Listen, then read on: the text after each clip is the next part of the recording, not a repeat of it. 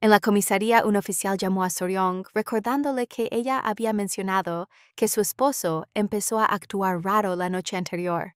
Le preguntó si podía explicar qué era exactamente lo raro de él y si podía dar más detalles. Haciendo una pequeña pausa, Soryong tartamudeó diciendo que en la cama mientras fruncía el ceño con la ropa salpicada de sangre. Recordó que en sus 2 años de matrimonio nunca había quedado tan empapada en sudor mientras estaban juntos en eso. Convencida de que se había vuelto loco, recordó cómo su esposo se acercó mientras ella intentaba decir su nombre. Pensó en cómo él siempre había sido tan atento y tierno con ella, sobre todo porque ella no podía ver. Le pidió que esperara, pero Kim Hyun se negó diciendo que no había tiempo. Soryong le había suplicado por un momento para respirar. Se preguntaba cómo un hombre que antes era tan calmado y compuesto, incluso en la intimidad, podía cambiar así de repente. Recordó que él le susurró que para que la marca durara tenía que doler. Soryong le preguntó a qué se refería, pero antes de que pudiera decir más, él la besó con fuerza metiendo su lengua hasta el fondo. Lo escuchó decir que nunca debía hacer cosas como esta con nadie más. Ella quedó confundida, preguntándole qué quería decir con eso. Kim Hyun maldijo por lo bajo, suplicándole suavemente a Soryong que se entregara a él solo por esa noche, solo por ese momento. Al día siguiente, mientras Kim Hyun se preparaba para irse a la oficina, Soryong comentó que parecía que alguien se estaba mudando. Kim Hyun respondió que las cosas habían estado caóticas últimamente y le preguntó si el ruido la molestaba. Ella lo negó diciendo que solo era curiosidad, ya que era cercana a sus vecinos y quería saber quién se iba. Kim Hyun le dijo que pronto todo estaría más tranquilo, y para llamar su atención le preguntó suavemente si estaba bien, admitiendo que quizás había sido demasiado rudo la noche anterior. Soryong le dijo que la había sorprendido, recordando que había dicho garabatos, algo que él nunca hacía. Confesó que era la primera vez que se daba cuenta de lo agotador y doloroso que podía ser algo así. Haciendo una pausa, lo empujó suavemente sugiriendo que hablaran del tema más tarde después de la pega. Kim Hyun asintió, pero de repente vaciló como si presintiera algo. La llamó suavemente por su nombre. En ese extraño y pesado silencio, Soryong sintió algo indescriptible, como si hubiera hecho contacto visual con su esposo a pesar de ser ciega. Pudo notar que él no estaba sonriendo. Dijo que ya se iba y se fue en silencio. Soryong quiso detenerlo y preguntarle qué pasaba, pero las palabras no le salieron. Recordó el consejo del doctor de que pasarse rollos por cada pequeña cosa podía ser una mala señal. Aún así no podía sacarse esa mala espina. Pasaron las horas y llegó la medianoche. Pero Kim Hyun todavía no volvía a casa. Soryong se puso ansiosa recordando que él siempre salía de la pega a las 7 en punto. Nunca un minuto tarde sin romper jamás la rutina. Él era el tipo de hombre que nunca la dejaría sola por mucho tiempo, sabiendo que ella no podía ver. Pero esa noche estaba inubicable. Cada vez que lo llamaba, el mensaje de la operadora repetía que el número no estaba disponible o estaba restringido. Empezó a pasarse 1000 rollos mientras intentaba convencerse de que debía haber una razón. Sin embargo, esos pensamientos se convirtieron en miedo. Mientras más esperaba, más peligroso se sentía el silencio. Llamó una y otra vez, pero no hubo respuesta. Frustrada, puteó por lo bajo, preguntándose qué diablos estaba pasando. En su pánico se cortó el dedo por accidente, dejando sangre salpicada por todas partes. El miedo la consumió mientras 2 terribles palabras resonaban en su cabeza. Esposo desaparecido. Ahora de pie dentro de la comisaría.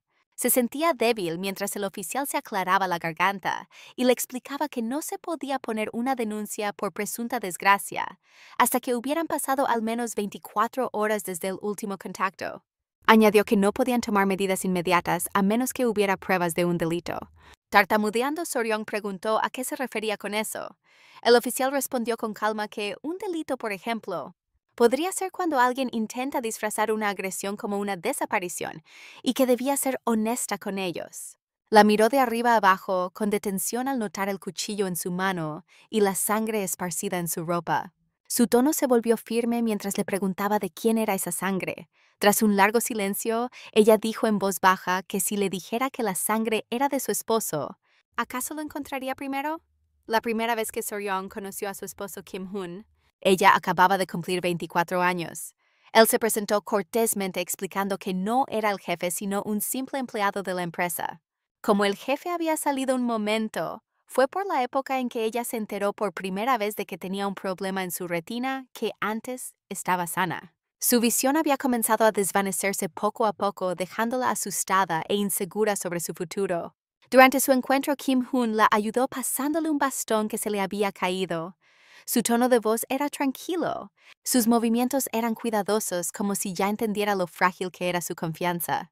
Él le preguntó si podía quedarse un rato hasta que parara de llover. Soryong había pensado que era solo un primer encuentro común y corriente, algo que pasaría sin pena ni gloria.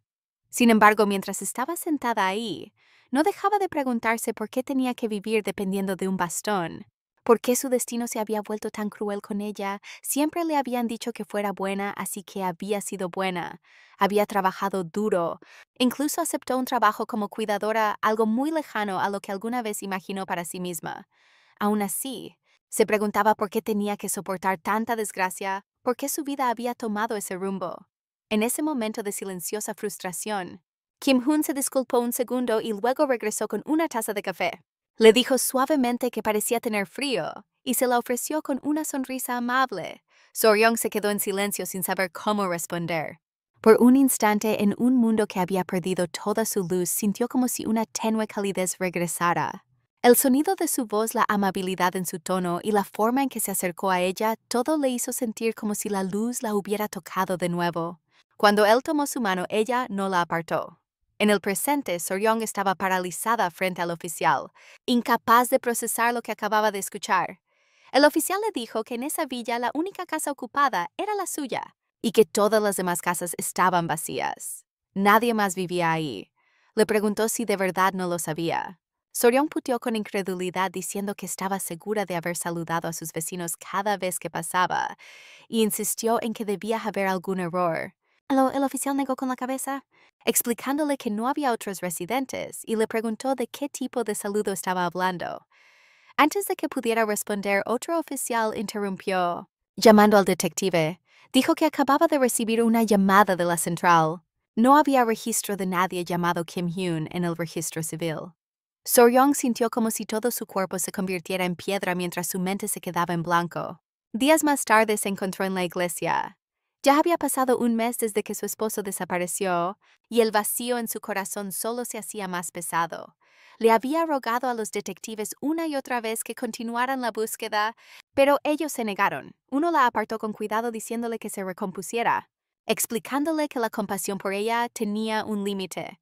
Dijo que si seguía apareciendo así, podrían tener que detenerla por obstruir el trabajo policial. Soryong suplicó por una última investigación, insistiendo en que tenía que haber algún error, pero el detective se negó de nuevo. Le dijo firmemente que no quedaba ningún rastro en el sistema y le preguntó qué se suponía que investigaran si no existía nada. Soryong alzó la voz, insistiendo en que quizás su esposo había sido el blanco de una organización criminal y que por eso se había desvanecido sin dejar rastro.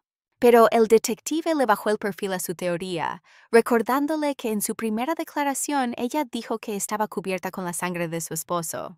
Le advirtió que si quería que reabrieran el caso, ella misma podría terminar en problemas, ya que mentir en una declaración no era moco de pavo. Soryong gritó entre lágrimas diciendo que no había sufrido ninguna pérdida económica, así que, ¿qué podría haber ganado él engañándola? El detective respondió con calma que solo el hombre que arrancó sabría la verdad y le preguntó si no estaba de acuerdo. En el presente, Soryong estaba de pie en un rincón de la iglesia, perdida en sus pensamientos. El silencio a su alrededor se sentía sofocante hasta que el cura entró y la llamó comentando que se veía pálida. La instó a sentarse y a descansar un rato. Soryong le agradeció amablemente y dijo que estaba bien, preparándose para irse, pero entonces se detuvo. Se dio vuelta y le preguntó si él de verdad creía en cosas que no podía ver. Se disculpó por ser tan directa, pero añadió que quizás él no se daba cuenta de que lo estaban engañando. Le dijo que abriera los ojos y no terminara como una tonta igual que ella. El cura la miró con calma y dijo que uno no siempre necesita ver algo para saber que existe. Le preguntó si de verdad necesitaba una razón para creer en algo más allá de lo que veía. Soryong vaciló susurrando que ya no sabía. Se le quebró la voz mientras los ojos se le llenaban de lágrimas. Dijo que ni siquiera sabía cómo era él, y aún así ella lo había amado primero. Admitió que había creído que sus manos eran las más cálidas y grandes que jamás había sostenido, y pensó que él sería su salvación. Para ella, él había sido distinto a cualquiera en su mundo, un milagro que nunca pensó que viviría. Pero entonces se había esfumado, desapareciendo por completo como si se lo hubiera tragado la tierra. Murmuró que quizás por eso algo tan perfecto le había llegado tan fácil. El cura la llamó suavemente por su nombre, diciéndole que tal vez su encuentro de hoy no era pura coincidencia, sino parte de la voluntad de Dios. Citó un versículo que decía que pidan y se les dará. Busquen y encontrarán, llamen y se les abrirá la puerta. Soryong se quedó en silencio escuchando sus palabras. Cuando se dio vuelta para irse, un volante que tenía en la mano le llamó la atención. Anunciaba un servicio de primera a nivel nacional para preservar el honor y los recuerdos de las personas. Ella frunció el ceño mientras sus dedos temblaban ligeramente. Su mente se llenó de confusión mientras se susurraba una pregunta a sí misma. ¿Cómo era posible que pudiera ver este volante después de su chequeo médico? La doctora parecía muy preocupada. Dijo que no tenía ningún sentido lógico que la visión de Soryong hubiera vuelto tan de repente.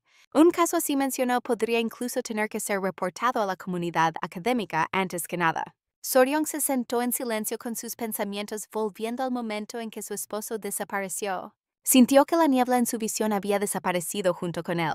Se preguntó si esto era una mera coincidencia o algo mucho más extraño. La doctora admitió casi titubeando que en todos sus años como oftalmóloga nunca había visto un caso como este. Soryong había sido claramente diagnosticada con disfunción retinal hace 2 años y medio. Sin embargo, de alguna manera, su ceguera parecía haber sido solo temporal. La doctora repitió que esto era algo digno de estudio. Especuló que si alguien hubiera estado estimulando periódicamente el nervio óptico de Soryong, podría haber causado una parálisis temporal, una condición inusual pero no imposible. Soryong recordó un momento en que su esposo la había llamado, recordándole que era hora de ponerse las gotas para los ojos. Ella le había dicho que podía hacerlo sola, pero él había insistido, diciendo que simplemente quería cuidarla. Dijo que quería hacer todo por ella, y recordó su voz sonando casi cariñosa, casi desesperada. Ese recuerdo ahora se sentía manchado, como si hubiera ocultado algo que nunca había notado. Le preguntó a la doctora si su oftalmólogo había cambiado recientemente. La doctora hizo una pausa, disculpándose por la explicación tardía. Dijo que se había hecho cargo de los pacientes del doctor Park, ya que el doctor Park había aceptado una oportunidad en el extranjero y comenzó a trabajar fuera este semestre. Soryong asintió en silencio, pero sintió una fría revelación formándose en su pecho. Parecía que su esposo no había desaparecido solo. Algo andaba mal. Terriblemente mal. Su mente volvió a un recuerdo de cuando su esposo le dijo que necesitaban colgar el cuadro de su foto de matrimonio en el living. Había dicho que haría que la casa se sintiera más como un hogar. Soryong había sonreído en ese entonces, preguntándole en broma qué cara estaba poniendo en la foto. Ella había dicho que sería maravilloso si pudiera verla claramente con sus propios ojos. Él se había reído suavemente, tocando la comisura de sus labios y diciendo que ambos estaban sonriendo felices. Justo así. La calidez en ese momento había parecido tan genuina, pero ahora en retrospectiva, se sentía distante y artificial. Más tarde, Soryong llamó a alguien que la estaba ayudando con la investigación. La persona había revisado todos los registros posibles y dijo que el nombre La Empresa y hasta la patente del auto vinculada a su esposo eran falsos. Soryong confirmó que no había cámaras de seguridad en la villa ni en el pasaje cercano. Como los vecinos se habían ido, no había ningún testigo. Aún así, le preguntó si podía encontrar a su esposo. La persona respondió que quienquiera que orquestó esto había actuado bajo órdenes claras, trabajando sistemáticamente, y le pidió a Soryong que empezara desde el principio, todo lo que recordara de sus vecinos. Ella procedió a describir cada detalle que pudo recordar. Confesó que quería saber la verdad, no suposiciones ni fragmentos de teorías. Solo la verdad. Quería descubrir la razón exacta detrás de todo. Una vez que lo supiera, se prometió a sí misma que recuperaría lo único que realmente le había pertenecido. No podía y no lo dejaría ir así como así. Unos días después, Soryong fue a la agencia de detectives Ángel. Allí se encontró con un hombre y una mujer joven. Les preguntó si habían encontrado algo sobre su marido. La mujer la miró con cara de pocos amigos por un momento, y de repente le gritó preguntándole cómo Soryong había podido vivir así todo este tiempo. Sus palabras dejaron helada a Soryong. La mujer puteó por lo bajo, diciendo que su marido era un canalla asqueroso tan desgraciado que ni usar su lengua como matamoscas sería castigo suficiente. El detective a su lado la llamó por su nombre Chana y le dijo que se calmara y cuidara su vocabulario. Presentándose como Jung Pyel-gu mientras daba un paso al frente, dijo que era el líder del equipo de la unidad de análisis de información en la compañía Blast. Explicó que su empresa Blast Corp era una corporación militar privada, una organización aprobada por el gobierno que prestaba servicios de defensa e inteligencia en zonas de conflicto en el extranjero. La pequeña oficina de detectives en la que estaban era solo una de sus operaciones menores. Jung Pyel dijo que debían saltarse las formalidades porque el tiempo era valioso. Luego se dirigió a Soryong y se disculpó, diciendo que no podían tomar su caso como ella había pedido. Impactada, Soryong preguntó por qué.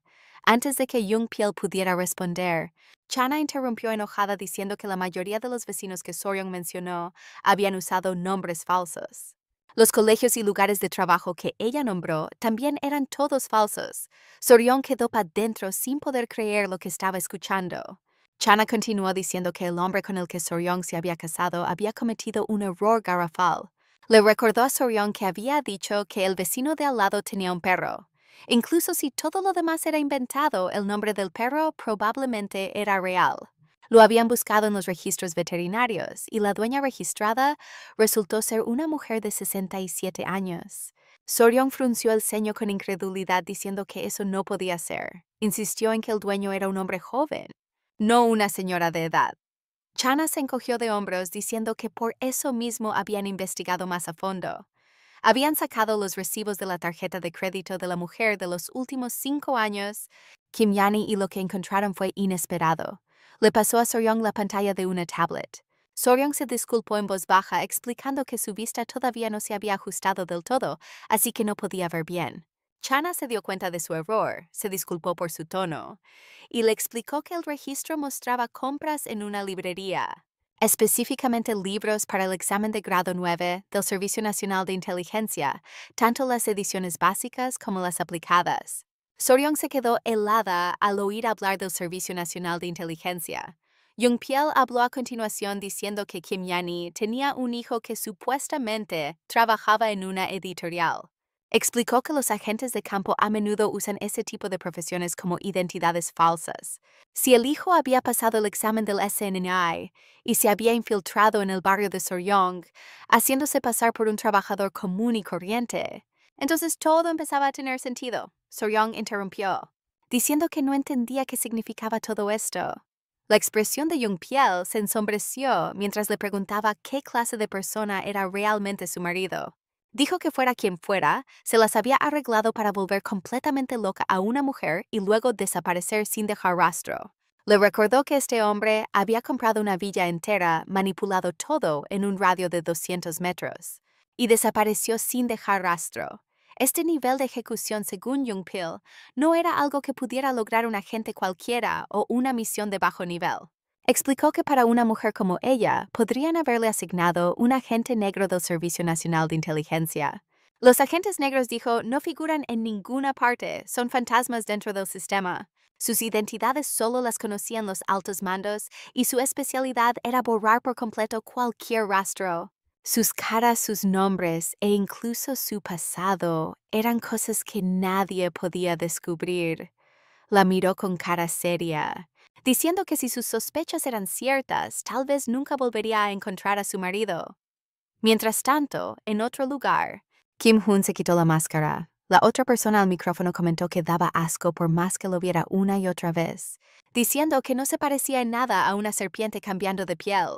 Todavía no se lo creía, incluso después de haberlo presenciado varias veces. Juan Chang, del equipo de apoyo de campo de la División de Inteligencia de Intereses Extranjeros del SNI, un hacker experto, le preguntó al líder del equipo si había logrado arrancar sin problemas.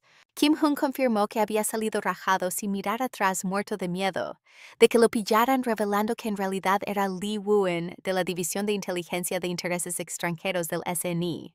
Equipo no oficial número 1, nombre en clave MACA. Huan Chang informó que había usado una máscara de silicona e incluso un chip para alterar la voz diciendo que desde que empezó a ayudarlo había perdido toda la confianza en las personas. Añadió que era tan seco para actuar que por un momento de verdad pensó que se había enamorado. Li Wuxian se dirigió a él en tono de burla llamándolo su querido Wang y comentó lo larga que se le había puesto la lengua. Wang intentó disculparse con la voz temblorosa mientras un escalofrío le recorría la espalda. Mencionó a la búho, su objetivo diciendo que parecía que ella de verdad lo amaba. Como un mes antes, en la comisaría local había quedado la escoba cuando ella apareció cubierta de sangre diciendo que era de su marido. De repente Wang escuchó un ruido afuera y llamó al líder del equipo. Cuando Li Wuxian le preguntó por la sangre, Wang le explicó que al final era de ella misma. Se había cortado la mano cocinando o algo por el estilo. Dijo que la denuncia por presunta desgracia se había tramitado inusualmente rápido, lo que llevó a que la identidad falsa quedara al descubierto rápidamente. La búho resultó ser más avispada de lo que esperaban, ya que incluso logró conseguir las grabaciones de las cámaras de seguridad. Li Wuxian, sonando molesto, le dijo a Wang que le explicara en 3 segundos por qué debería echarse a perder el ánimo viendo esa grabación. Le preguntó si Wang de verdad creía que lo que hizo había sido un matrimonio real. El búho había sido solo un objetivo, y su papel asignado había sido simplemente el de un esposo. La misión, que alguna vez pareció no tener remedio, por fin había terminado, así que no había razón para volver a un recuerdo tan latero. Le ordenó a Wang Chong que no mirara hacia atrás ni le diera más vueltas al asunto. Mientras los pensamientos de Li Wen se desviaban brevemente hacia el pasado, Wang Chong se disculpó diciendo que después de 2 años de vigilancia, había desarrollado la costumbre sin darse cuenta. Li Wuxian preguntó si todavía estaba pegado con el hecho de que había hecho tal cosa con una civil común y corriente. Claramente asqueado de él, Li Wen luego preguntó si existía algún lugar que entrenara agentes encubiertos sin involucrar emociones, diciéndole a Wang que le informara si existía uno. Li Wen declaró claramente que él personalmente lo llevaría a esa escuela si era necesario. Liu Xin comentó sarcásticamente que Wang era tan aplicado, llamándolo un brote puro que necesitaba madurar como corresponde. Wang, con las orejas a punto de sangrarle por la tensión, se apuró en negar cualquier malentendido y prometió corregirse al tiro. Li Wuxian le dijo que si de verdad había cachado, nunca más debería volver a mencionar al búho. Wang aceptó rápidamente y preguntó si Li Wuxian de verdad iba a presentar su renuncia. Antes de que pudiera decir algo más, Li Wuxian cortó la llamada. Wang se quedó ahí sentado, cachando que la jefa de equipo parecía estar genuinamente molesta. Mientras la línea quedaba en silencio, murmuró que esperaba que su jefa de corazón de hielo la olvidara pronto. La escena cambió a Soryong, que parecía estar metida en sus pensamientos. Chana la miró sin poder creerlo cuando dijo algo que la dejó pa' adentro. Le preguntó si estaba diciendo que quería desertar, pero ella lo negó al tiro, explicando que no hablaba de desertar sino de irse al norte. La confusión de Chana aumentó, y ella aclaró con una leve sonrisa que no se refería al sur sino hacia el norte, a Corea del Norte. Al escuchar esto, Chana se alarmó. Soryong explicó que había pensado que si de verdad quería enfrentarse a un agente encubierto del NES, necesitaba subir el nivel de su juego al de la delincuencia internacional.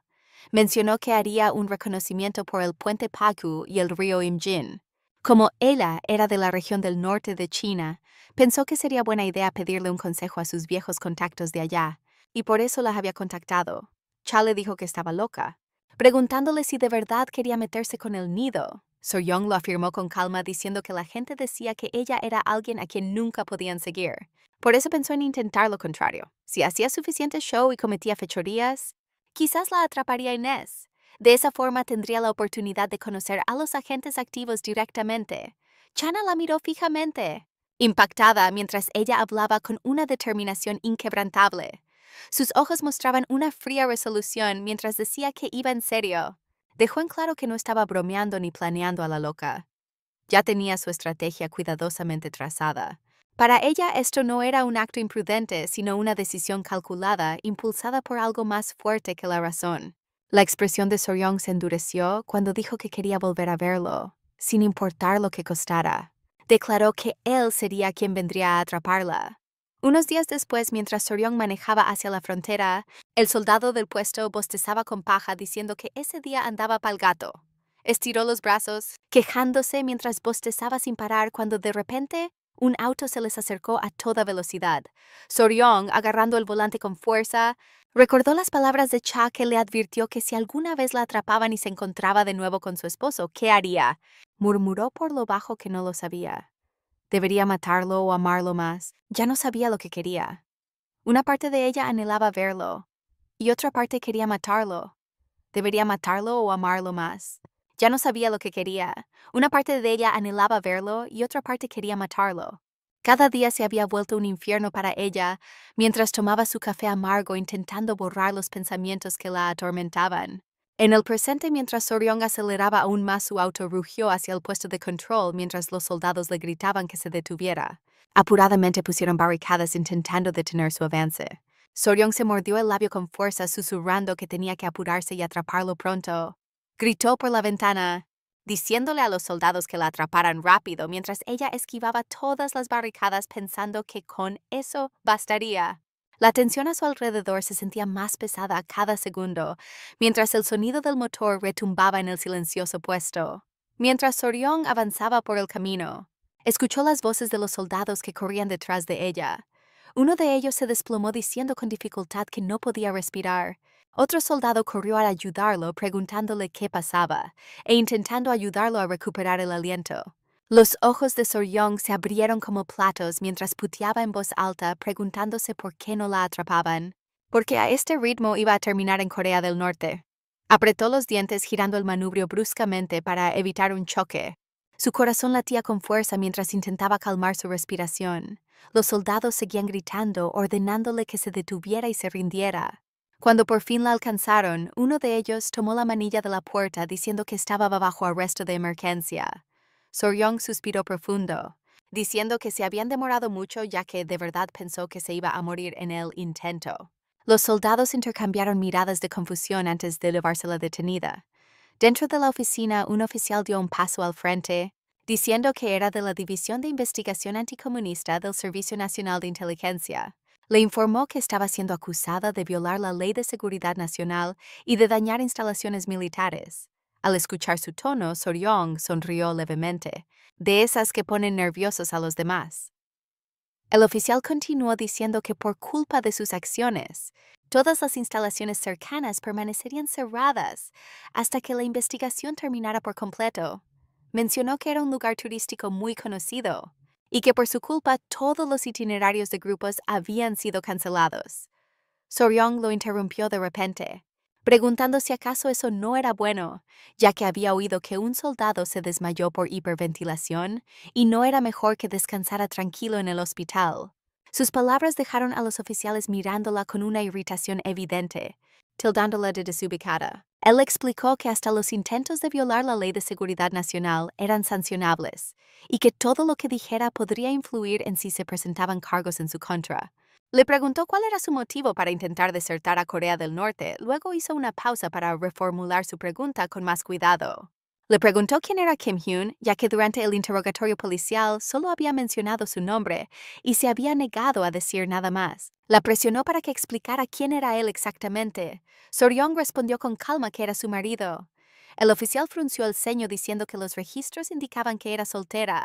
Ella señaló que había convivido con un hombre durante 2 años y que el tipo que según ella había desaparecido hace poco era la misma persona.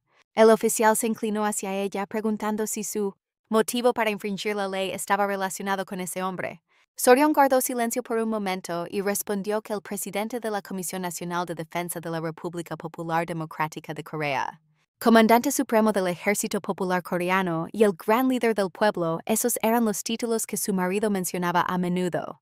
Su declaración dejó perplejos a los oficiales, quienes intercambiaron miradas incómodas. Así que Soryong explicó que al principio había pensado en denunciarlo como espía, pero ni siquiera sabía su nombre real ni cómo era su verdadera apariencia. Soltó un suspiro de cansancio y dijo que al parecer sin saberlo había armado su vida con un espía. Con una leve sonrisa sarcástica, le preguntó al oficial si podía hacerle el favor de investigar el asunto por ella, ya que no tenía idea con quién había vivido realmente. Soryong agregó que varios motivos apuntaban al desaparecido Kim Hyun y que si dejaban que se esfumara así como si nada, iba a quedar la escoba. Dijo que nadie podía predecir qué tipo de daño podría causarle al país. Insistió en que el gobierno tenía que meterse y traerlo de vuelta preguntando si acaso ellos no pensaban lo mismo. De repente sonó el celular del oficial y contestó la llamada respondiendo con afirmaciones cortas. La mirada de Soryong se dirigió hacia él mientras observaba sus movimientos atentamente. Se dio cuenta de lo tranquilo que se comportaba a pesar de sus acusaciones.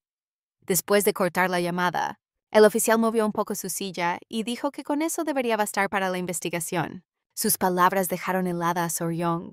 Continuó diciendo que su intento de deserción probablemente sería archivado bajo responsabilidad disminuida, pero que de todas formas enfrentaría una multa de unos 10 millones de wons por dañar propiedad militar. Soryong gritó, alegando que le estaba diciendo que su marido era un espía y que lo correcto era seguir investigando. El oficial no pescó su reclamo y le agradeció por su cooperación en la investigación. La voz de Soryong se elevó bruscamente mientras gritaba preguntando qué cresta significaba eso. Exigió saber si la gente siquiera sabía quién era Kim Hun.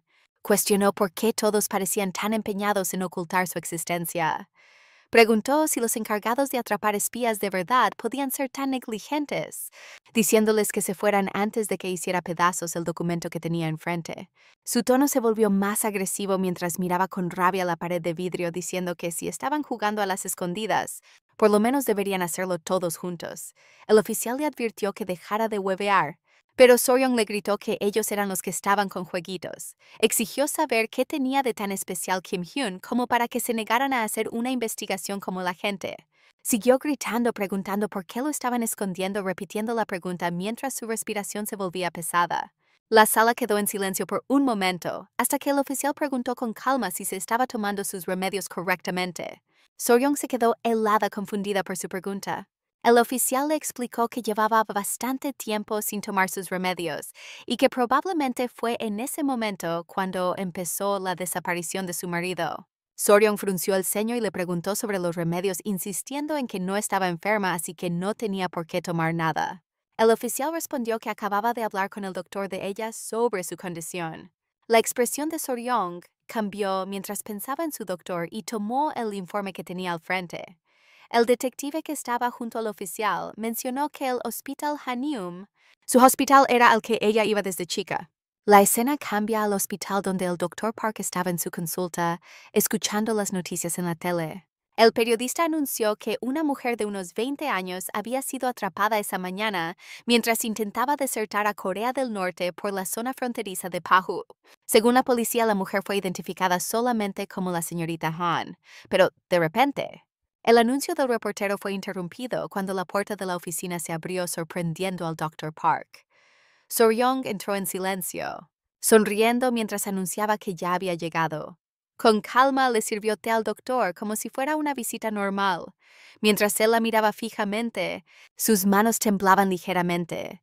El Dr. Park preguntó con nerviosismo qué le había pasado en los ojos. Soryong respondió que se estaban curando y que por suerte no era algo incurable después de todo. Se rió bajito diciendo, ¿fue chistoso o no? El Dr. Park, tratando de mantener la calma, asintió y mencionó que a ella le había estado yendo bien diciendo que esas eran buenas noticias. Le preguntó si todavía se llevaba bien con su marido. Soryong la dio la cabeza y respondió que él se había arrancado, por supuesto. Dijo que se comportó exactamente como él le enseñó, bien portada, obediente como un perrito, juguetona y encantadora, y aún así la dejó botada. Agregó que él sabía lo mucho que ella se esforzó por vivir correctamente. Dejó la gimnasia, la echaron del liceo y aún así se esforzó por vivir una vida honesta, incluso como cuidadora. A pesar de todo, aquí era donde había terminado. El doctor, visiblemente nervioso, le dio un sorbo al té que ella le sirvió. Su garganta se movió con dificultad al tratar de tragar mientras sus ojos miraban de reojo hacia ella. Soryong se inclinó un poco hacia adelante, con una expresión vacía pero extrañamente calmada, y preguntó qué mal pudo haber hecho. Cuestionó por qué la gente abandona a los que les dieron la vida, por qué huyen de los que aman y por qué traicionan a los que aprecian. Su voz tembló ligeramente mientras se dirigía al doctor preguntándole por qué hizo lo que hizo. El doctor se quedó helado con la taza de té temblando en sus manos, mientras el Dr. Park trataba de entender lo que ella quería decir. Incapaz de comprender sus palabras, Soryong le advirtió preguntándole si él sabía cómo. Antiguamente la mafia castigaba a los traidores mezclando veneno en su té. El comentario dejó al Dr. Park helado de miedo mientras tragaba su té con nerviosismo. De repente empezó a toser violentamente y se desplomó en el suelo. Soryong se dirigió a él diciendo que lo había convertido en un paciente con esquizofrenia, exigiéndole saber quién le hizo hacer eso. El Dr. Park tartamudeó que de verdad no tenía idea, pero Soryong dijo que sospechaba de la participación de su marido. Lo pateó haciéndolo retroceder diciendo que necesitaba averiguar más sobre el asunto. A modo de disculpa, dijo que cuando se trataba de su marido ella perdía el control. El doctor Park explicó débilmente que solo había seguido instrucciones, ya que le aseguraron que no le harían daño. Soryong dio un paso atrás dándose cuenta de algo. Agarró la taza y se bebió el té ella misma. Luego se giró hacia el Dr. Park preguntándole quién era esa gente. Dijo que afirmaron ser de una agencia del gobierno y que más tarde le entregaron una tarjeta de presentación de una editorial, diciendo que eran personal de la editorial. Soryong recordó las palabras de Jung Piel sobre que el dueño del perro trabajaba en una editorial. Reflexionó sobre cómo los agentes de campo a menudo se esconden tras ese tipo de profesiones. Pero mientras más lo buscaba, más comenzaba a desmoronarse su silenciosa negación. Las mentiras que él había tejido siempre estuvieron ahí tan claras, y aún así ella había estado ciega a ellas. Se dio cuenta de lo tonta que había sido. Dirigiéndose al Dr. Park, dijo que él le había enseñado a usar una máscara de amabilidad y que esta sería su última sesión. El Dr. Park preguntó a qué se refería, a lo que ella respondió que tenía la intención de romper esa máscara. Pensó que había querido vivir una vida buena y ser amada, pero todo a su alrededor era una ilusión. Incluso su matrimonio, que una vez creyó que fue el momento más feliz de su vida, no había sido más que un cruel engaño. Si no había rastro de verdad en su vida, entonces todo lo que quedaba era su yo desnudo y patético. Mientras se despedía del Dr. Park, más tarde, cuando volvió a casa, buscó por todos lados y esparció la ropa de Lee Woo-shin sobre su cama. Mientras se envolvía en ellas, lo llamó por su nombre. ¿Lo llamó de nuevo? Cerrando los ojos recordando sus palabras y su voz que resonaba en su cabeza. Su tono llenó su mente diciendo que se estaba cambiando de ropa. Luego la escena cambió a un restaurante donde Soryong abrió los... Chana se estremeció y preguntó si le habían disparado mientras desertaba. Soryong negó con la cabeza diciendo que no fue a su cuerpo, sino a su cuenta bancaria a la que le llegó el palo. La habían multado con 10 millones de wones, lo que hizo que Chana se pegara en la cabeza sin poder creerlo. Cuestionó a Soryong preguntándole si la había llamado de nuevo por la misma razón. Soryong no respondió directamente, diciendo que no tenía contactos en ese campo. Murmuró que quizás podría secuestrar a alguien para tomarlo como rehén. Chana la miró fijamente impactada por lo absurdo de su idea.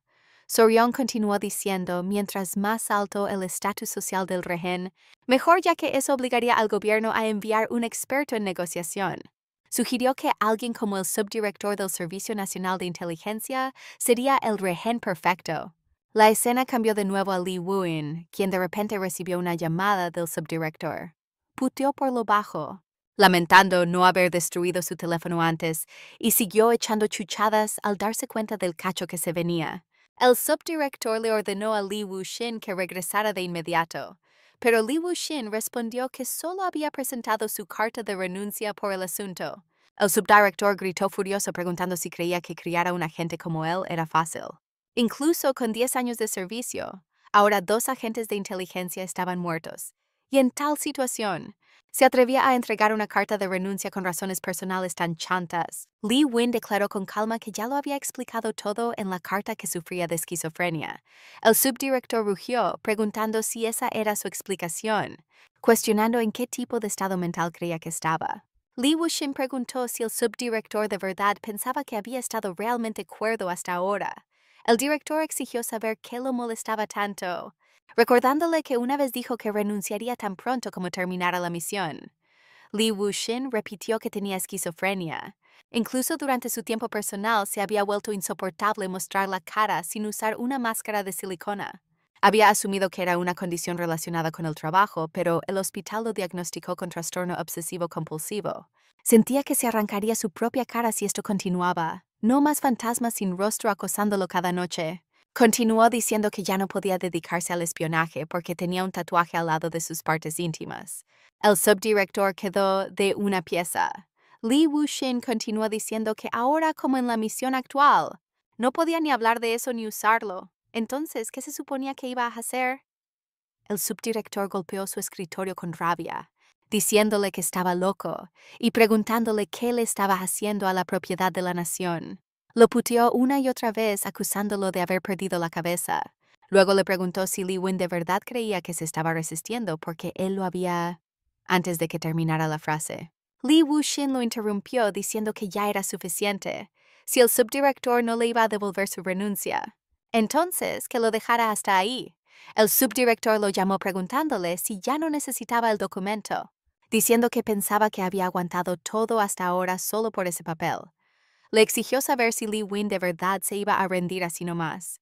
Li Wuxin respondió que no se había rendido. Dijo que simplemente fue el primero en cansarse después de 10 años.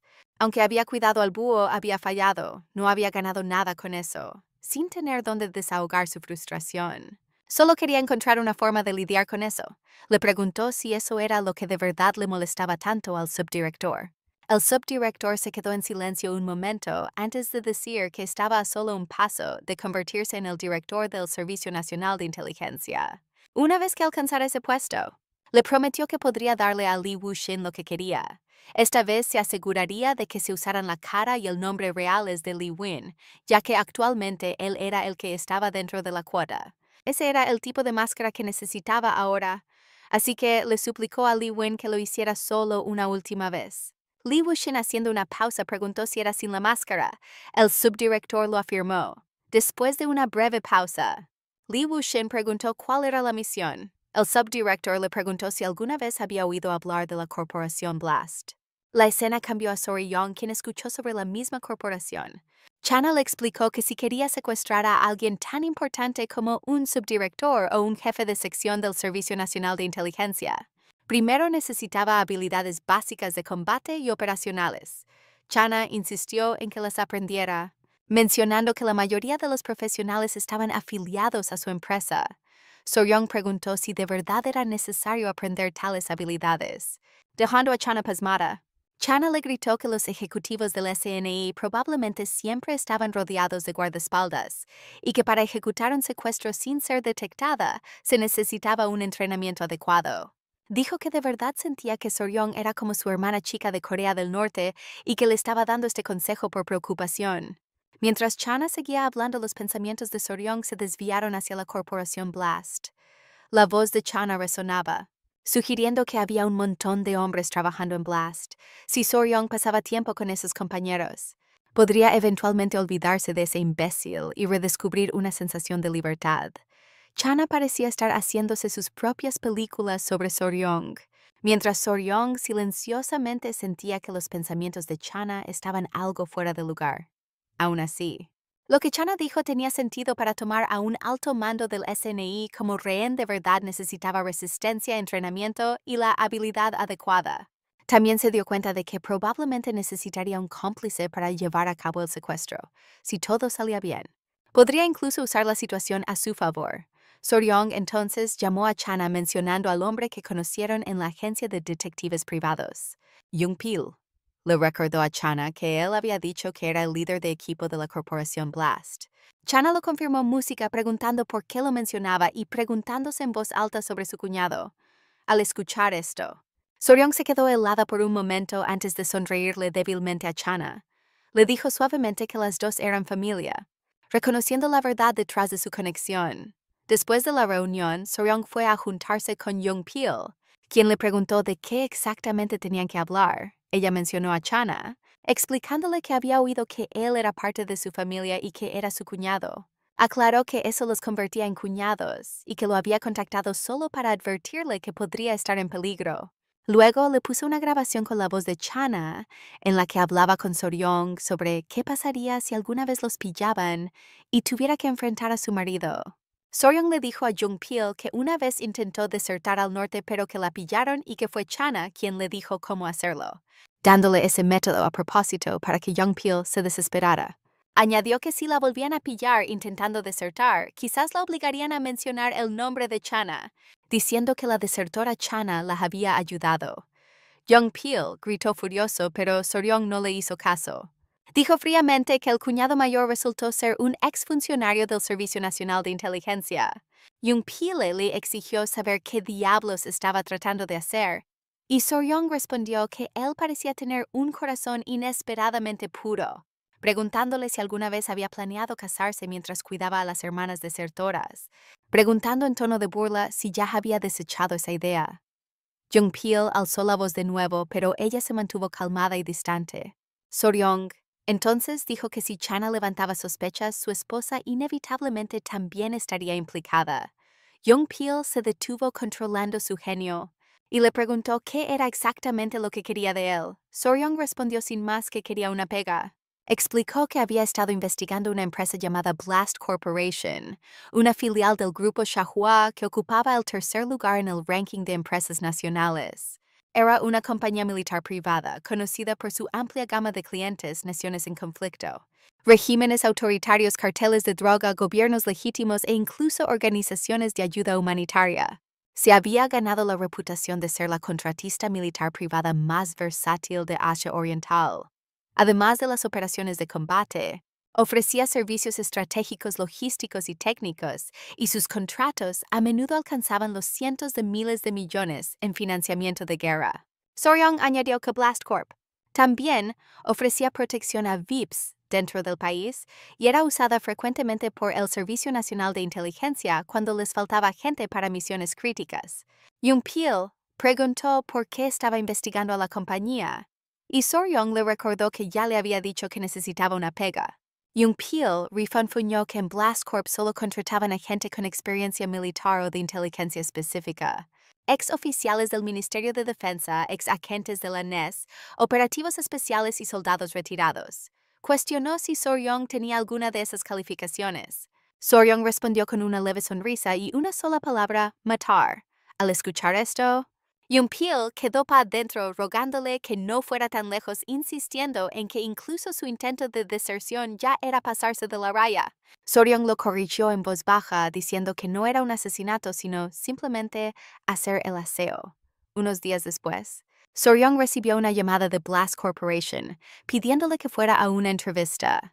Durante la reunión, el entrevistador mencionó que su referencia era Young Peel, el jefe del equipo de inteligencia, y que la entrevista era solo un trámite.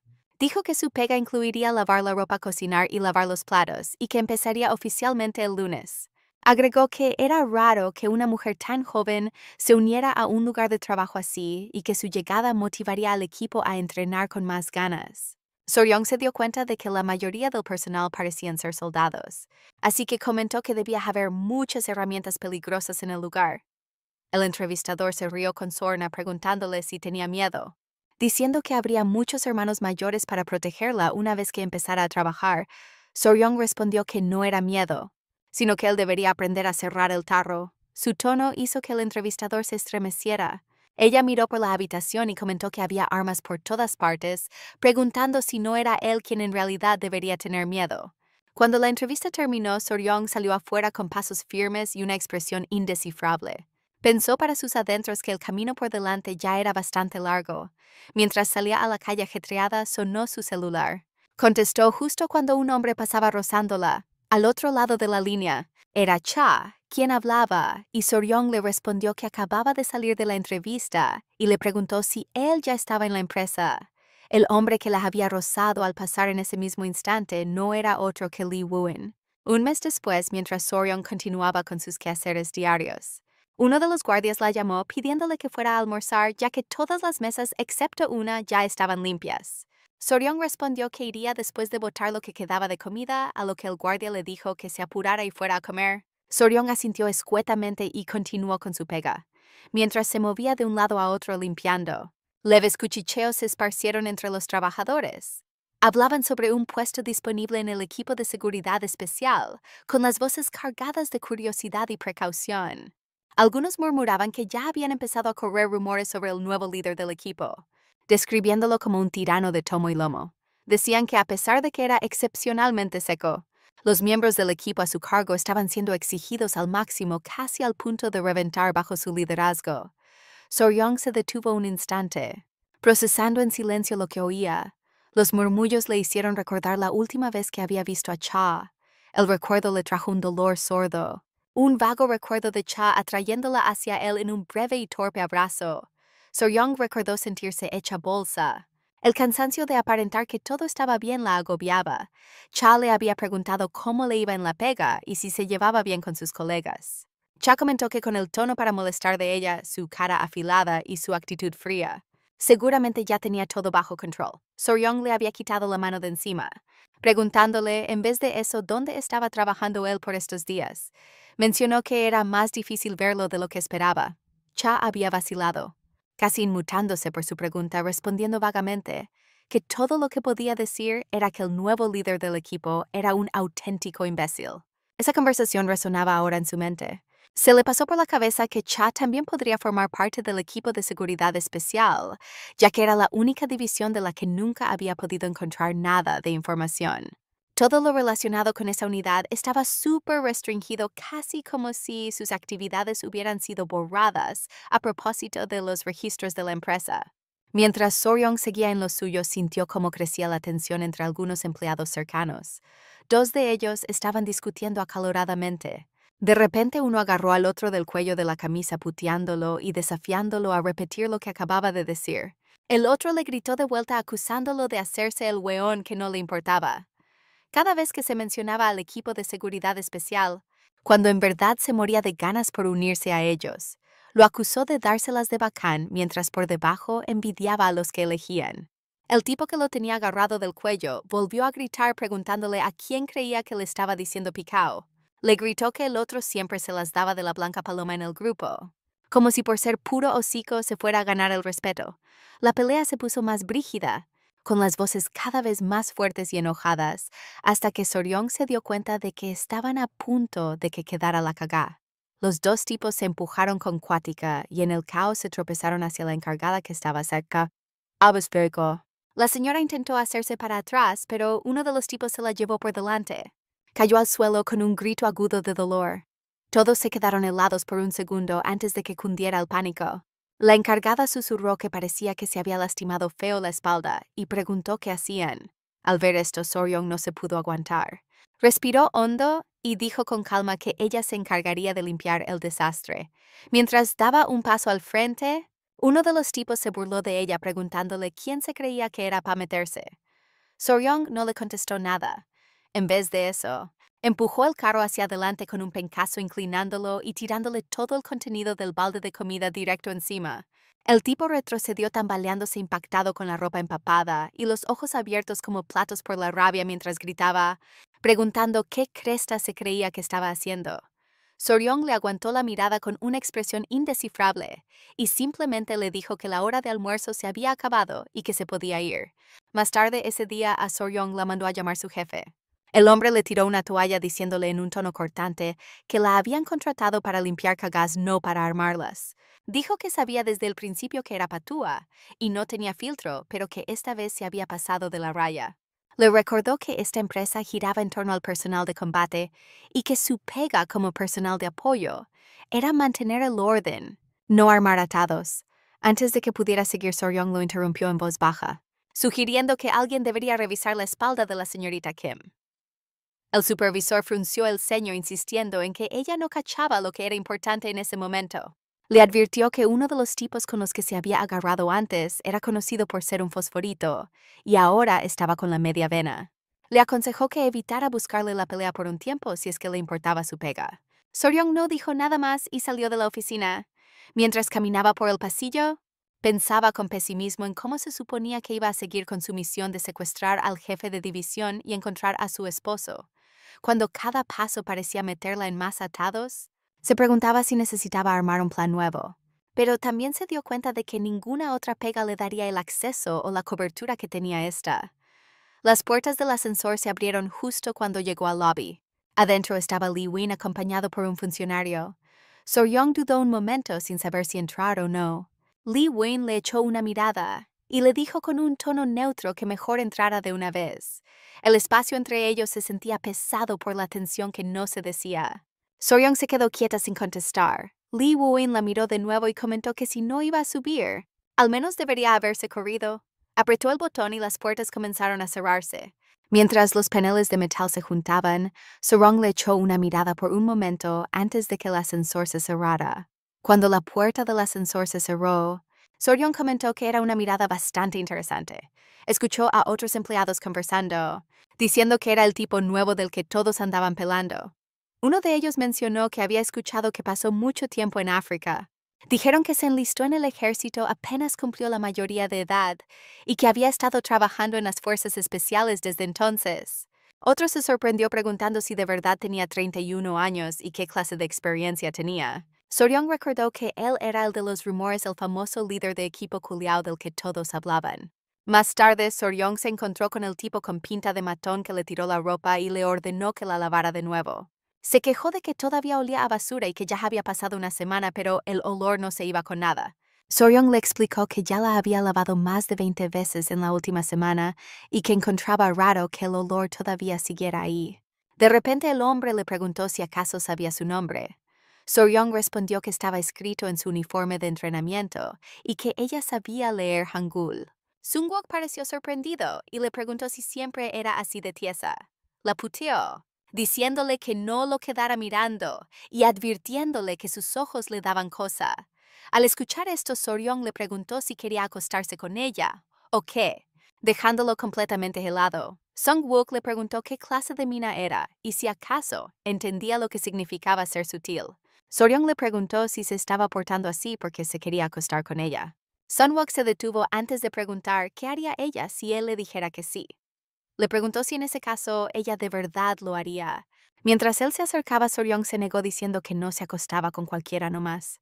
Añadió que tenía que medir por lo menos 8 centímetros, pesar menos de 80 kilos, usar una colonia con aroma amaderado y tener la herramienta curvada hacia arriba, lo que claramente le cargó a Sungwook. Soryong siguió diciendo que tenía que estar curvada para arriba porque su esposo la tenía así. El matón se picó y puteó con ganas gritando que cómo recién ahora le venía a decir que era casada. Le preguntó a los gritos que tanto miraba y le dijo que creía haber dejado su placa de identificación en la ducha, ordenándole que fuera a buscarla. Soryong fue a hacer lo que le dijo. De repente él la llamó para preguntarle si de verdad tenía esposo.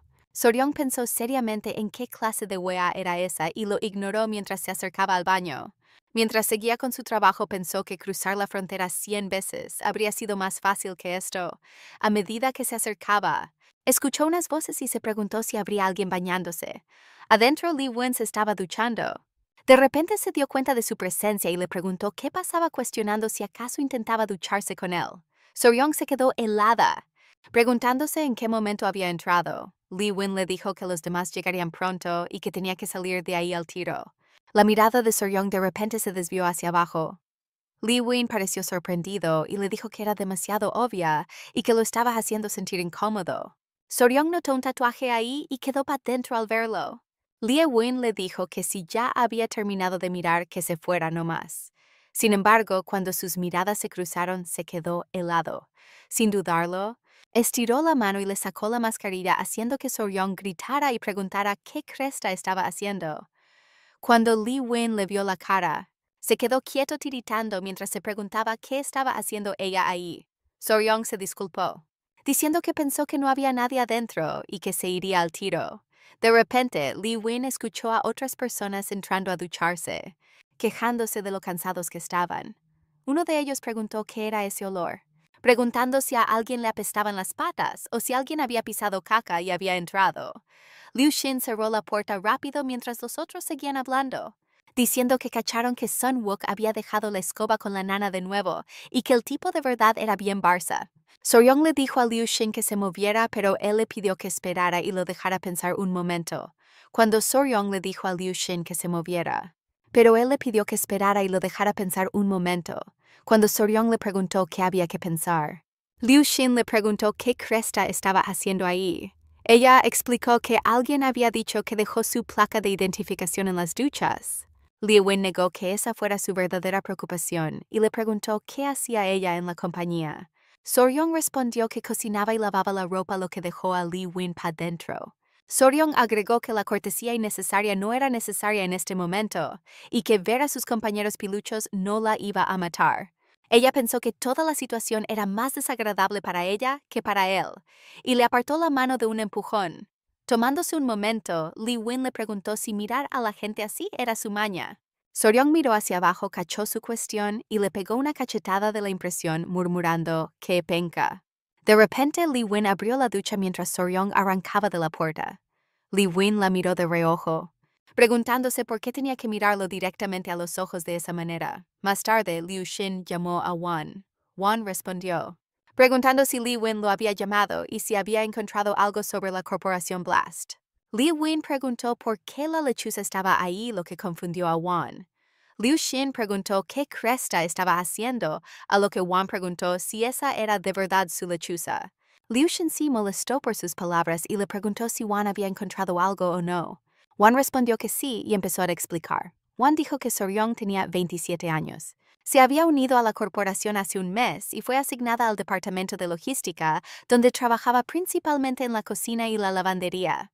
Wan preguntó si Li Wen la había conocido antes. Li Wen respondió que probablemente ella no lo había reconocido. Explicó que no era como si hubiera estado usando la máscara de Kim Hyun en ese momento y que su voz sonaba diferente ya que no estaba ronca en ese entonces. Wan entonces preguntó si su cara se veía muy hecha bolsa.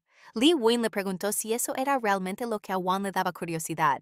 Wan lo negó diciendo que no era eso. Mencionó que le habían dicho que no informara nada sobre la lechuza, así que no lo había mencionado antes. Reveló que la lechuza había sido capturada recientemente tratando de desertar a Corea del Norte. Li Wen quedó pal gato al escuchar eso y preguntó si de verdad lo hizo. Wan continuó, explicando que ella había inculpado a Kim Hun como espía. Cuando intentó desertar, también exigió que Kim Hun fuera investigado. Al final no fue castigada por el intento de deserción. Al escuchar esto, Liu Xin quedó pa la cagá. Pensó para sí mismo en la Soryong, que conocía a una mujer solitaria pero amable, alguien que había vivido una vida tranquila. Una vida tranquila y sin quejas. Una persona de buen corazón, obediente y más dócil que nadie. No podía creer que ella hubiera hecho eso. Li Wuxian murmuró que la lechuza no era el tipo de mujer que haría algo así. Pero Wan Chang no estaba de acuerdo. Dijo que desde que su esposo desapareció a ella, le ha costado mucho seguir adelante. Añadió que era una suerte que no reconociera a mucha gente a su alrededor. Explicó que a la lechuza no le interesaría a nadie más que Kim Hun. Li Wuxian entonces le ordenó que la vigilara de cerca. Le dijo que averiguara qué estaba pensando, cuál era su estado mental actual y cómo estaba manejando la situación de su esposo. Todo sin perder ni un solo detalle. Wan Chang afirmó que entendía y que se encargaría de ello. Li Wuxian pensó en silencio que lo mejor sería deshacerse de ella lo antes posible. La escena cambió hacia Soryong, quien estaba ocupada con sus quehaceres en la cocina. Mientras trabajaba, sus pensamientos volvieron a las palabras de Li Wuxian, él preguntando si era una costumbre suya mirar a la gente de esa manera. El recuerdo la hizo arrugar la cara de vergüenza. Pensó en las cicatrices, dándose cuenta de que nunca había mirado bien la cosa de su esposo. Y sin embargo, lo primero que vio cuando recuperó la vista fue eso. Solo pensarlo le dio un escalofrío por la espalda. Suspiró, pensando en lo ridículo que era. Mientras más lo pensaba, más se daba cuenta de que la cuestión del pervertido estaba extrañamente doblada. No era recta, estaba curvada. La imagen le hizo recordar una conversación que tuvo una vez con su esposo. En ese entonces, ella le había preguntado con duda a su esposo si su cosa estaba curvada. Él se había reído con torpeza diciéndole que era un complejo suyo, con una forma un poco distinta a la de los demás, y que eso lo avergonzaba. Sus mejillas se pusieron rojas al recordarlo. Justo en ese momento, una de las empleadas la llamó por su nombre, sacándola de sus pensamientos. Soryong se dio vuelta con la cara todavía caliente de vergüenza. La encargada le preguntó si podía llevar las colaciones grandes a la obra, ya que los empleados estaban trabajando allá. Soryong asintió todavía aturdida, preguntándose cómo es que de repente todo se sentía tan extraño. Mientras preparaba las cajas, su mente comenzó a divagar de nuevo, pensando que el tipo nuevo, ese hombre, era demasiado diferente a su esposo. Después de un rato, Soryong salió a entregar las colaciones. Al llegar al lugar, uno del personal comentó que estaba entregando la comida para los trabajadores. Ella suspiró por lo bajo, maldiciendo su mala suerte, dándose cuenta de que tendría que volver a verlo a él de entre todas las personas. Li Wuxin ya estaba allí de pie junto a un auto. Mirándola, la llamó diciéndole que se subiera rápido porque tenían que entregar las comidas a los empleados en la obra. Soryong obedeció a regañadientes subiéndose al vehículo. Le echó una mirada a escondidas mientras conducían. Pensó que le parecía familiar sobre todo después de su vergonzoso encuentro en las duchas. Era el mismo jefe de equipo que supuestamente acababa de unirse a la División de Seguridad Especial. Había escuchado los rumores sobre él. La gente lo llamaba el jefe desgraciado. Li Wuxin rompió el silencio preguntando cómo había estado el trabajo hasta ahora. Soryong respondió secamente que era manejable. Él asintió y luego mencionó que escuchó que había sido recomendada por el jefe de equipo Yongpil. Le preguntó si lo conocía de antes. Soryong dudó preguntándose si estaba obligada a responder eso. La voz de Li Win se puso más firme mientras decía que estaba frenando en seco ahora mismo y que más le valía responder. Le explicó que una señorita que se iba a unir a su viaje de negocios al extranjero se había lesionado la espalda y estaba hospitalizada y que estaban buscando llenar ese cupo. Mientras más sincera fuera con sus respuestas, mejor sería su situación. Añadió que agradecería su cooperación si entendía a lo que se refería. Soryong frunció el ceño, pensando toda picada si la estaba amenazando con llevarla al viaje si no respondía como correspondía. Él comentó que se demoraba mucho en responder, lo que solo la choreó más. Finalmente, ella contestó, diciendo que ella y Jungpil se conocían un poco en persona. Li Win levantó una ceja cuestionando eso, para ser alguien que conocía personalmente. Resulta que Jungpil era un hombre casado con esposa y hijos. Le preguntó si acaso le calentaban los hombres casados. Soryong se estremeció mirándolo con cara de no poder creerlo antes de gritarle qué cresta estaba pensando. Li Wuxin sonrió con malicia diciendo que si sus respuestas seguían siendo breves, sus pensamientos harían lo mismo y que quizás debería acortarlos aún más. Soryong apretó los dientes frustrada y aclaró que conocía a alguien que resultaba ser la cuñada de Jungpil, no a Jungpil mismo. El tono de Li Wuxin cambió un poco mientras le preguntaba si se refería a China, a lo que Soryong lo confirmó. Li Win comentó que estaba al tanto de que China era una hacker muy seca. Soryong quedó pa' dentro al escuchar eso, sorprendida de saber que China era una hacker.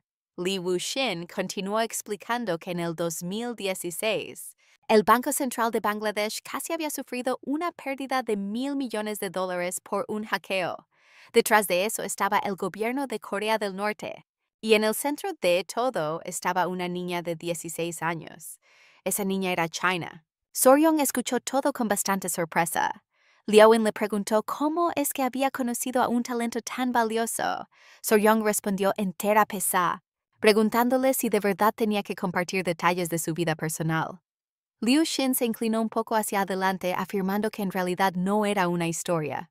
No podía hablar de eso a menos que alguien le hubiera pedido sapear ilegalmente la información privada de otra persona. Soryong se estremeció sutilmente con eso. Él observó su reacción con cuidado. Luego, con un tono calmado pero intimidante, dijo que como no estaba cooperando por las buenas, se la iba a cantar clarita. Le recordó que él era quien hacía la lista para los viajes de negocios al extranjero. Por su propio bien, era mejor que no fuera a esos viajes, especialmente con el equipo de seguridad especial. La gente con nervios más débiles usualmente no lo aguantaba bien. Le sugirió que aunque fuera desagradable, debía seguirle la corriente. De lo contrario, podría terminar yendo y pasándolo como el hoyo. Soryong se preguntó qué estaba insinuando.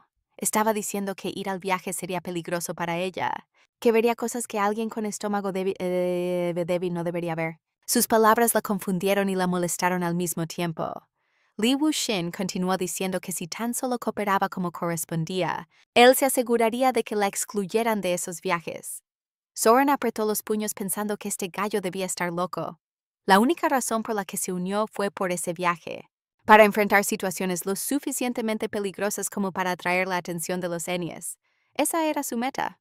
El tono de Li Wuxin se volvió cortante de nuevo mientras le ordenaba que respondiera. Recalcó que Chana era un talento que ni siquiera los Enies lograron reclutar. Entonces, ¿cómo diablos lo logró? Soryong le sostuvo la mirada con una expresión tranquila pero desafiante. Luego, con una leve sonrisa, respondió que quizás Annie y los demás no lograron reclutar a Chana no porque fuera imposible de contactar, sino porque simplemente eran incompetentes. Al escuchar lo que dijo Li Wen quedó desconcertado, preguntando si de verdad había perdido todo su futuro. Soryong respondió con calma que había perdido algo aún más valioso, ya que el dinero no es lo único que la gente puede robar y con lo que puede huir. Li Wen entonces le preguntó si Chana había logrado atrapar al culpable por ella. Soryong contraatacó, preguntando por qué estaba tan ansioso por echarle una mano, preguntándose si planeaba sacar a rastras a ese desgraciado y hacerlo puré como parte del bienestar para empleados. Li Wen respondió que si las cosas habían llegado al punto en que el tipo necesitaba una paliza, entonces probablemente ella aún no lo había atrapado. Comentó que era una lástima y agregó que parecía que la habían subestimado. Soryong dijo que quién sabe, ya que todavía estaba buscando y no tenía intención de rendirse aunque le tomara meses o años. Insistió en que no era una lástima y que era demasiado pronto para la compasión de nadie. Li Wen comentó que si ella no podía ver que estaba perdiendo el tiempo, entonces significaba que se había metido con una muy mala persona. Soryong no estuvo de acuerdo, diciendo que la de la mala suerte no era ella sino la otra persona. Al final dijo que se encontrarían de una forma u otra. Li Wen soltó una pequeña risa diciendo que ahora que lo pensaba se había demorado en presentarse. Le dijo que era un gusto conocerla por primera vez y se presentó como Li Wen, jefe del equipo especial de seguridad. Después de eso, Soryong, claramente irritada por su reacción petulante, se alejó rápidamente murmurando lo picado que era. Mientras avanzaba, empezó a pensar en el próximo viaje de negocios al extranjero, preguntándose cómo podría meter su nombre en la lista. Se cuestionó si debió haber sido más dura con sus palabras antes, y pensó que si hubiera manejado las cosas de forma más astuta, podría haberse conseguido un aliado. De repente alguien la llamó diciendo, le dijeron que esas eran las colaciones y le preguntaron si podía entregarlas. Ella asintió, y la persona tomó las cajas y le dijeron a Soryong que tuviera cuidado al volver. Cuando estaba a punto de irse de repente, sintió algo extraño. Su corazón se apretó al sentir el aroma familiar de Kim Hyun que estaba cerca. Sin darse cuenta, empezó a seguir al hombre. El trabajador se dio vuelta y le preguntó por qué lo estaba siguiendo. Soryong le preguntó si podía verlo comer la comida de la colación, diciendo que simplemente sentía curiosidad por su apetito. Le prometió que no lo molestaría y que solo quería verlo terminar la comida. El trabajador respondió que adentro era ruidoso y peligroso y dijo que si le daba su información de contacto, él la contactaría más tarde. Soryong lo miró por un momento notando su contextura firme, aunque rápidamente desechó la idea y sonrió levemente diciendo que simplemente disfrutara su almuerzo. Mientras se alejaba, sus pensamientos se volvían más pesados. Confirmó su anhelo por Kim Hyun. Su miseria se profundizó y su resentimiento hacia él se hizo más fuerte. Quería matarlo. Desesperadamente quería hacerlo, pero al mismo tiempo se dio cuenta de que lo extrañaba. También, momentos después se encontró con Li Wen, quien le preguntó de qué se trataba todo eso y si conocía al hombre que había estado observando. Soryong le respondió que había dicho que esperaría en el auto. Li Wen dijo con indiferencia que no era de los que se quedan quietos cuando le pica la curiosidad. Admitió que se había confundido preguntándose si estaba entregando una colación o a una persona. Así que salió a ver a quién estaba mirando tan fijamente. Soryong trató de mantener la compostura, en silencio deseando que se callara de una vez. Sus ojos lánguidos con un ligero toque de burla parecían molestarla cada vez que se cruzaban con su mirada. Desde que Kim Hyun desapareció, la presión dentro de ella había crecido sin que se diera cuenta, y ahora explotó en un instante dejándole la mente nublada. Una tormenta de pensamientos indebidos la invadió. Atravesando su calma como un cuchillo, Soryong hizo una pausa luchando por calmar su voz. Y dijo que lo estaba mirando porque lo extrañaba. Sabía que era solo una forma de desahogar su frustración. Pero las palabras se le escaparon sin poder detenerlas. Frustrada le gritó que lo había seguido porque le gustaba su olor, preguntándole qué tenía de malo. Mientras se daba la vuelta agregó que era el tipo de olor que podía volver loca a una persona. Uno que podía llevar a cualquiera al límite de sus sentidos. Li Wen quedó pasmado con sus palabras. Se detuvo un momento mientras la incredulidad se reflejaba en su cara. La miró con atención y le preguntó medio en serio si había estado fumando marihuana. Al oír esas palabras, Soryong se detuvo y lo miró fijamente. Se rió con desdén, diciendo que mejor la pusiera de una vez en la lista del viaje de negocios porque ya estaba chata de intentar complacerlo. Lee Woo-in se quedó helado con su comentario, pidiéndole que esperara un momento.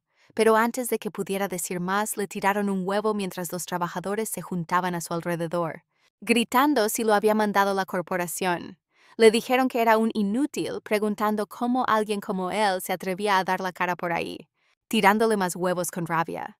De repente Soryang agarró a Lee Win y le gritó que se apurara y echara a andar el auto. Lee Win le preguntó si de verdad estaba fumando marihuana, a lo que Soryang le gritó de vuelta preguntando si eso importaba ahora. Lee Win afirmó que sí importaba ya que no podía poner a una adicta con alucinaciones en la lista del viaje de negocios. Soryang le gritó que no estaba fumando marihuana, pero Lee Win le rebatió diciendo que estaba poniendo los ojos en blanco. Soryang le gritó que abriera la puerta y echara a andar el auto. Lee Win replicó preguntando que si no era marihuana. Entonces, ¿qué tipo de olor la había hecho actuar tan extraño? Soryang soltó un garabato diciendo que era el olor de su esposo. Soryong empezó a revisarle la ropa a Lee Win, preguntando dónde estaban las llaves del auto, y le dijo que si no iba a manejar que se corriera para un lado. Pero de repente escuchó un sonido mientras Lee Win reventaba un huevo en su dirección diciendo que era raro. Le preguntó si era normal que ella siguiera a un hombre solo por su olor. La interrogó, diciendo que el olor de los hombres usualmente venía de una colonia barata, y preguntó cómo podía confiar en una compañera de equipo que actuaba como una pervertida. Soryong respondió con firmeza diciendo que no era cualquier hombre, era su esposo. Hombres hay por montón, pero su esposo es el único en el mundo para ella. Que ella no era una pervertida y que el olor de su esposo no era un aroma desagradable. Así que no interferiría en su trabajo para nada. Lee Win suspiró, dijo que entendía y le ordenó que hiciera las maletas para el viaje de negocios en cuanto volviera. Unos días después, en Bangkok, Tailandia, Soryong llegó a su base de operaciones. Soryong le preguntó a su colega qué cresta estaban haciendo ahí. El hombre le explicó que le estaban dando seguridad a un capo de la droga. Le recordó que había firmado un acuerdo de confidencialidad antes de venir. Agregó que seguro ya había cachado que era una pega turbia. Su cliente había ganado unos 80,000 millones con el narcotráfico, más o menos 10 billones en su moneda, y que ahora estaba en la lista de alerta roja de la Interpol. Gracias al equipo de seguridad especial de la empresa, el tipo había logrado evitar que lo pillaran por 10 años. Entonces, el hombre le preguntó si a Soryong le gustaba la plata. Ella respondió que en realidad no le importaba mucho. Él comentó que seguro iba a renunciar apenas volvieran, ya que la mayoría se ponía pálida y salía arrancando a menos que estuvieran desesperados por plata. Algunos incluso habían rogado llorando para que los dejaran irse, y otros habían tratado de denunciarlos a la policía. Soryong lo interrumpió, diciendo que ya era suficiente, que primero necesitaba hacer aseo. El hombre arrugó la frente preguntando qué significaba eso y si acaso tenía miedo, recordándole que ella también dijo que no estaba desesperada por plata. Soryong respondió tranquilamente que pensaba que el lugar era una especie de mina de oro, dejándolo pillo. En su mente, ella creía que de verdad era una mina de oro, del tipo que al Servicio Nacional de Inteligencia le encantaría descubrir. Se sintió extrañamente renovada al cachar que la empresa era incluso más cochina de lo que se había imaginado. Más tarde esa noche, mientras Soryong limpiaba las puertas y los estantes, Lee Woo-shin entró a la pieza preguntándole si había firmado el acuerdo de confidencialidad. Soryong giró un poco la cara y asintió. Lee Woo-shin dijo que ya le debían haber explicado la pega en general y le preguntó por qué seguía ahí. Agregó que por más que le daba vueltas, no le cabía en la cabeza su decisión. Tenía que haber escuchado sobre los trabajos sucios que hacían. Entonces, ¿por qué seguía cubierta de polvo trabajando como si hiciera el aseo? Soryong respondió que la higiene del lugar era como el hoyo, así que había estado limpiando. Miró de reojo a Lee Woo-shin pensando si esa no era la clase de respuesta que él quería. Lee Woo-shin se veía picado por su respuesta, diciéndole que estaba ahí para ayudar con operaciones ilegales, no para andar ordenando. Le recordó que se suponía que debía cocinar para los hombres que armaban las pistolas usadas para cuidar las rutas del narcotráfico, y sin embargo ella actuaba como si solo estuvieran juntando piezas. Si era necesario, esos tipos le sacarían la cresta a la gente. Soryong respondió que para empezar fue él quien puso su nombre en la lista del viaje de negocios. Lia Wuxian la interrumpió diciendo que a pesar de eso ella seguía insistiendo en limpiar un lugar tan cochino, visiblemente chato por su elección.